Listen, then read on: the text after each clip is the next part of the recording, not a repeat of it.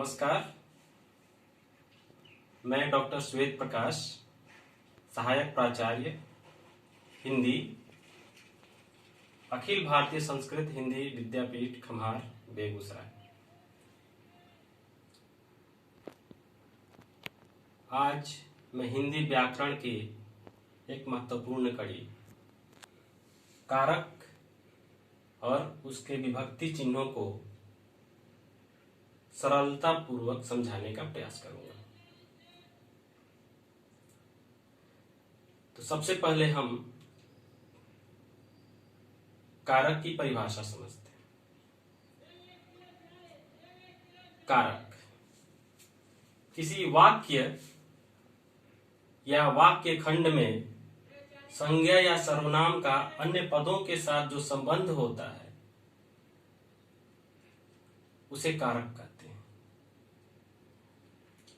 जैसे उदाहरण के लिए आप देख सकते हैं, राम ने मोहन को मारा।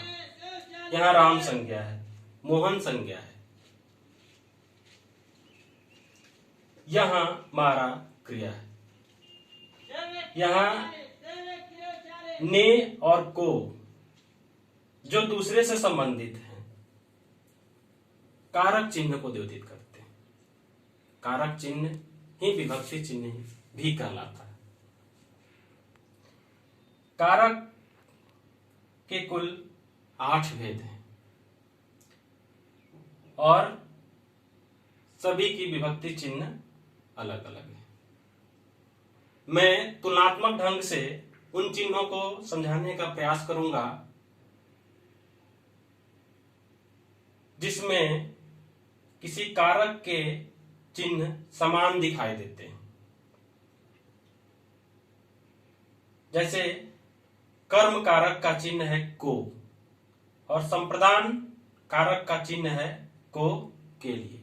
यहां संप्रदान का चिन्ह को और कर्म कारक का चिन्ह को में क्या अंतर है, मैं तुलनात्मक ढंग से समझाने का प्रयास करूंगा। इसी तरह करण कारक का जो चिन्ह है वह है से और अपादान का कारक चिन्ह है वह भी है से। इन दोनों को मैं तुलनात्मक रूप से समझाने का प्रयास करूंगा। सबसे पहले देखते हैं कर्ता। कर्ता ने कर्म को करण से जुड़ाव के लिए, संप्रदान को के लिए, अपादान से अलगाव के लिए, संबंध का के की रा रे री, अधिकरण में पर, संबोधन हे अरे। सबसे पहले हम कर्ता को देखते हैं। कर्ता का चिन्ह है ने। इस उदाहरण के माध्यम से समझने का प्रयास करते हैं। राम ने मोहन को मारा। कर्ता ने कर्म को। यहां पे स्पष्ट होता है कि राम कर्ता है जिसका चिन्ह है ने और मोहन कर्म है जिसका चिन्ह है को। इसी प्रकार कर्ता का ने और कर्म का को। अब हम लोग आते हैं करण, जहां विशेष ध्यान देने की आवश्यकता है। करण और अपादान दोनों का कारक चिन्ह से है। यहां ध्यान देना है कि करण कारक का जो चिन्ह है से वह जुड़ाव के लिए प्रयुक्त होता है और जो अपादान कारक का चिन्ह से है वह अलगाव के लिए प्रयुक्त होता है। उदाहरण के लिए, मैं कलम से लिखता हूं। मैं कलम से लिखता हूं, मैं कलम को पकड़ूंगा तभी लिख सकता हूं। यहां कलम के साथ मेरा जुड़ाव है और जुड़ाव होने के कारण यहां पे करण कारक है। दूसरा उदाहरण मैं देखता हूं। धर्म युक्त यानी धर्म से युक्त। धर्म से युक्त यहां जुड़ाव को द्योतित करता है।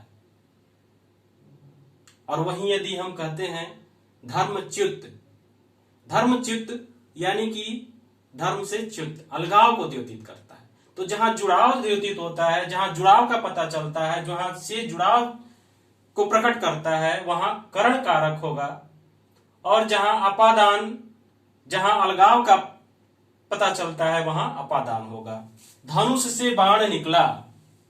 धनुष से बाण निकला अलगाव को द्योतित करता है इसलिए यहां अपादान कारक का चिन्ह है।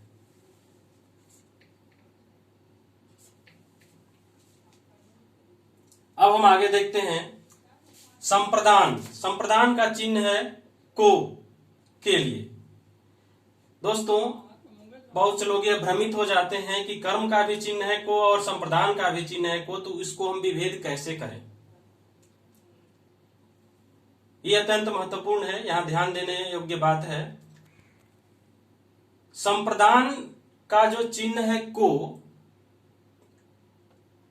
यदि किसी वाक्य या वाक्य खंड में प्रयुक्त हुआ हो तो उस को हटाकर हम के लिए रख दें तो अर्थ में परिवर्तन नहीं होता है। यही सबसे बड़ी पहचान है संप्रदान कारक की।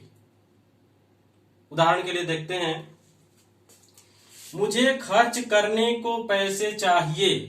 यदि मैं को हटाकर के लिए रख दूं, मुझे खर्च करने के लिए पैसे चाहिए, तो आप देखते हैं कि इससे वाक्य के अर्थ में कोई परिवर्तन नहीं होता है।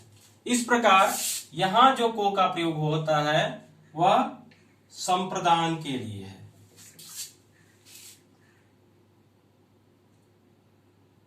हम आगे बढ़ते हैं। आपादान आपने समझ लिया। संबंध। संबंध का चिन्ह है का के की रा रे री। जाहिर सी बात है, उदाहरण के द्वारा जब हम समझते हैं, राजा का पुत्र, यहां का प्रयोग हुआ है। राजा का उसके पुत्र से संबंध को द्योतित करता है यह चिन्ह। राजा का पुत्र, राजा की पुत्री,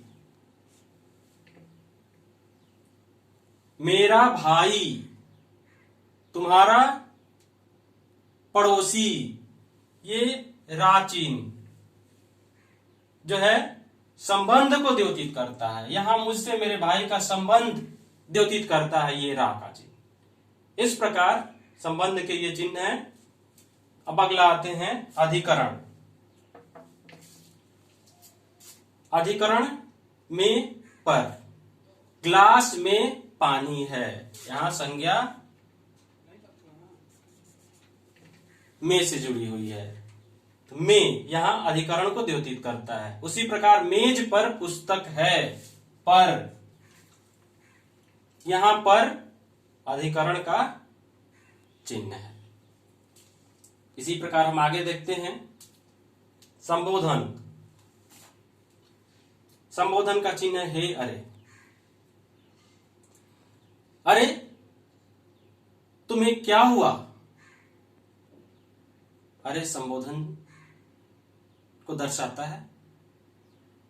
दोस्तों, एक और बात ध्यान देने की है कि इन सभी कारकों के जो विभक्ति चिन्ह हैं, उसमें संबोधन को छोड़कर सभी चिन्ह किसी भी प्रारंभिक शब्द, वाक्य के किसी भी प्रारंभिक शब्द के बाद आते हैं, जबकि संबोधन का जो चिन्ह है वह सबसे पहले आता है। वाक्य में किसी भी शब्द के सबसे पहले आता है। यह ध्यान देने की बात है। वाह, क्या कमाल किया है तुमने, वाह संबोधन चिन्ह। ओह, तुम्हें तो भयंकर चोट लगी है, ओह।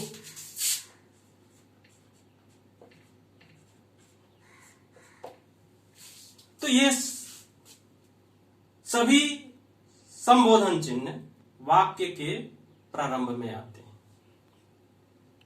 इस प्रकार ये कारक चिन्ह आप अच्छी तरीके से, अच्छे ढंग से समझ गए होंगे, ये मुझे उम्मीद है। धन्यवाद।